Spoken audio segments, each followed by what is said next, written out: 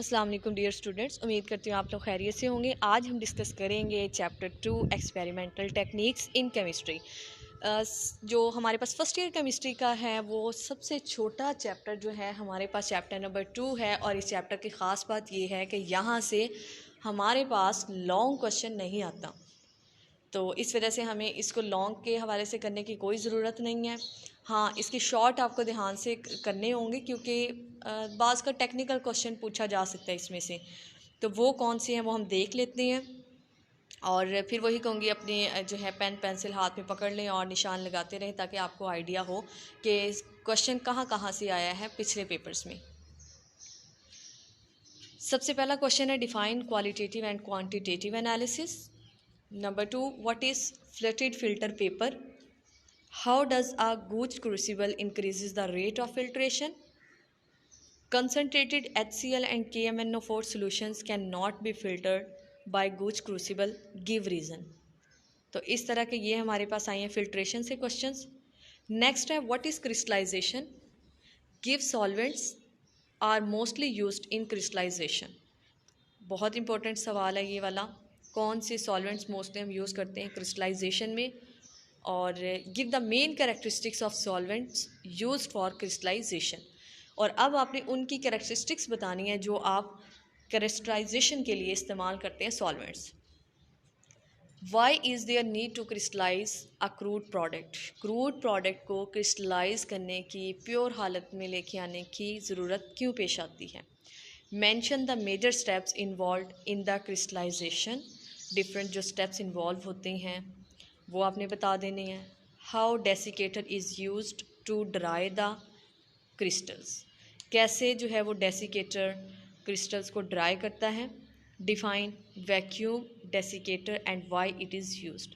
दो क्वेश्चंस ये दो तरह से आए हैं, एक आपके पास डेसिकेटर किस तरह से यूज़ होता है क्रिस्टल को ड्राई करने के लिए, और दूसरा है वैक्यूम डेसिकेटर को डिफ़ाइन करना है या इसकी वर्किंग को बताना है आपने, ये क्यों यूज़ होता है।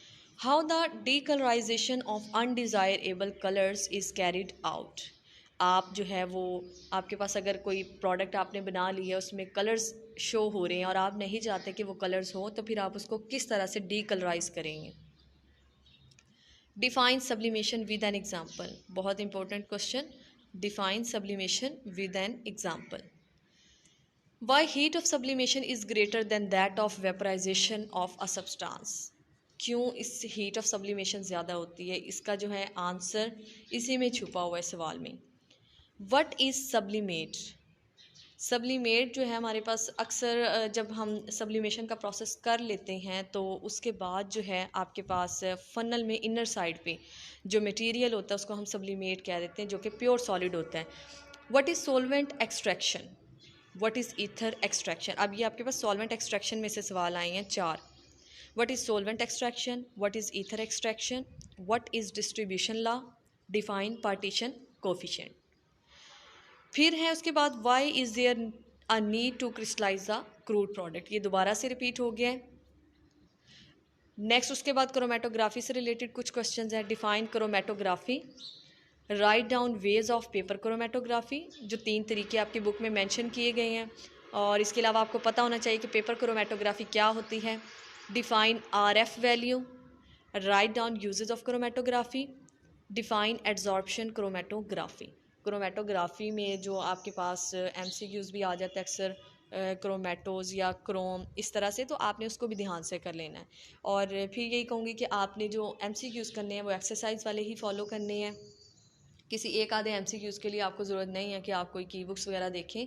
तो ये था स्टूडेंट हमारा आज का जो लेक्चर फर्स्ट ईयर केमिस्ट्री का चैप्टर नंबर 2, और ये थे इसके इंपॉर्टेंट शॉर्ट क्वेश्चन। अगर आप ये शॉर्ट क्वेश्चंस कर लेते हैं तो इंशाल्लाह आपका जो है चैप्टर 2 वो 100% तैयार हो जाएगा।